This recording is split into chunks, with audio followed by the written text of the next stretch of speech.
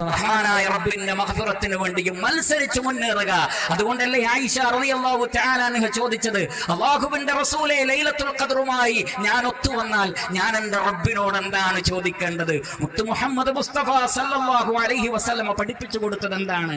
ഏകദേശം 83 വർഷത്തെ ഇബാദത്തുകൾക്ക് തുല്യമാകുന്ന ഒരു രാത്രിയിൽ പഠിപ്പിക്കപ്പെടാൻ ഏറ്റവും അർഹതപ്പെട്ടതും ആഹ്വാനം ചെയ്യപ്പെടാൻ ഏറ്റവും അർഹതപ്പെട്ടതുമായ കാര്യമാണ് അല്ലാഹുവിന്റെ റസൂൽ പഠിപ്പിച്ചു കൊടുത്തത്. ആയിഷ, ലൈലത്തുൽ ഖദ്ർ ആണെന്ന് തോന്നിയാൽ പറയണം, അല്ലാഹുമ്മ ഇന്നക അഫ്വുൻ തുഹിബ്ബുൽ അഫ്വ ഫഅഫു അന്നി.